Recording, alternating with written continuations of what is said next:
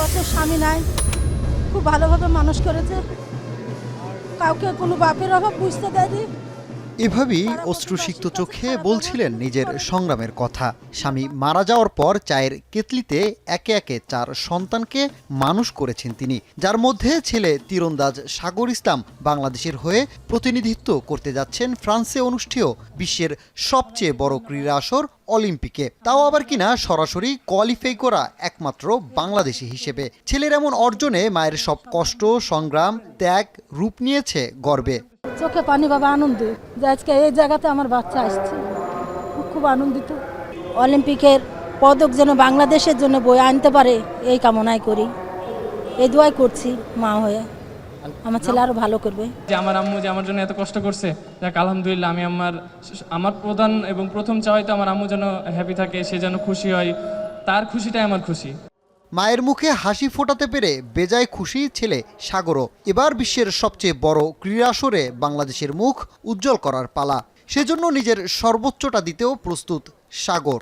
এই অলিম্পিকের প্রস্তুতি কিন্তু অনেক আগ থেকে, এবং নিজের প্রতি একটা আশা ছিল যে ইনশাল্লাহ যদি কোয়ালিফাই করি বা কোয়ালিফাইয়ের জন্য একটা আশা ছিল। সো আমরা ওভাবেই কন্টিনিউ প্র্যাকটিস করে আসছি। আমরা যতটুকু সময় পাইছি, যাক আলহামদুলিল্লাহ, এবং আমরা হার্ডওয়ার্ক করার চেষ্টা করবো ইনশাল্লাহ। মূলত দীর্ঘদিন ধরেই তীর হাতে আলো ছড়িয়ে আসছেন তিনি। সম্প্রতি তুর্কিয়েতে অনুষ্ঠিত আর্চারি ফাইনাল কোটা প্রতিযোগিতায় সিলভার অর্জন করেন তিনি, যেখানে ছেলেদের রিকার্ভ এককে অংশ নিয়েছিল 46টি দেশ। মূলত এই আসরে কোয়ালিফাই করায় সরাসরি প্যারিস অলিম্পিকে খেলার যোগ্যতা অর্জন করেন সাগর ইসলাম।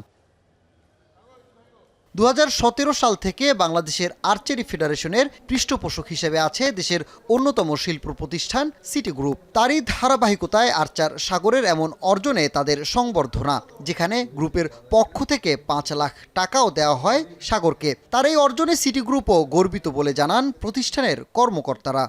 আর্চারি ফেডারেশন থেকে একজন আর্চার হিসেবে অলিম্পিকে কোয়ালিফাই করতে, ডিরেক্টলি কোয়ালিফাই করেছে, অলিম্পিকে অংশগ্রহণ করবে, এটা আমাদের গৌরবের বিষয়। আমরা তো চাই আমাদের ছেলেরা সোনা জিতে আসুক, এটা আমরা চাই।